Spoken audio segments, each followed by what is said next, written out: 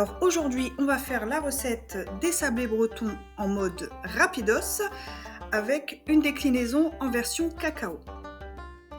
Donc pour ça, vous allez avoir besoin de beurre pommade 125 g, 175 g de farine, 2 g de fleur de sel, c'est plus goûtu.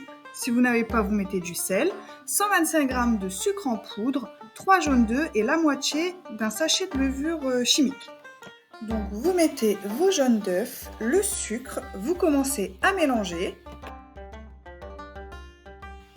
Là vous ajoutez le beurre. Si vous n'avez pas de robot avec la feuille, vous pouvez faire ça dans un plat avec un fouet, il n'y a pas de souci. Vous incorporez votre farine petit à petit avec la levure.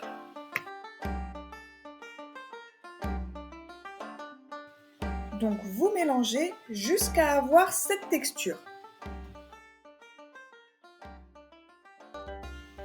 Là, je vais partager ma pâte en deux parties égales. Une que je vais laisser nature et l'autre que je vais aromatiser avec du cacao en poudre. Je mets une cuillère de cacao en poudre, donc c'est le cacao à 70% de la marque Starbucks. Maintenant, vous pouvez commencer à allumer votre four à 180 degrés en chaleur tournante pendant 10 minutes. Vous prenez une demi-cuillère à soupe de préparation que vous mettez dans les moules, vous aplatissez avec les doigts.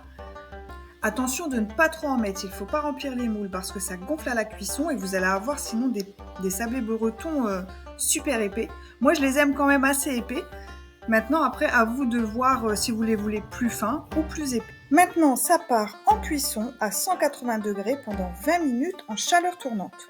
C'est l'instant tips. Donc si je mets les sablés bretons nature et cacao en même temps en cuisson, c'est pour savoir la coloration de mes gâteaux. Si je n'aurais fait que des cacaos, j'aurais pas pu savoir s'ils étaient bien cuits ou pas. Voilà la coloration qu'ils doivent avoir en sortie de four. Vous allez toucher, c'est encore un petit peu moelleux, mais c'est normal. Ils vont sécher et ils vont durcir avec le temps.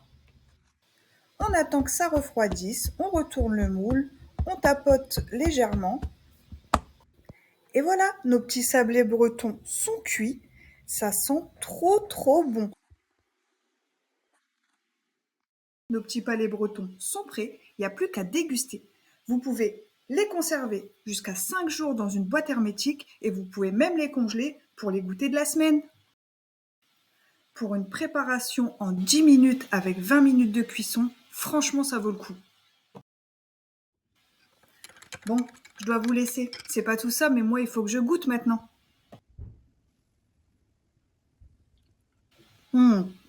C'est trop bon. Et bien sûr, c'est trop une recette miam miam.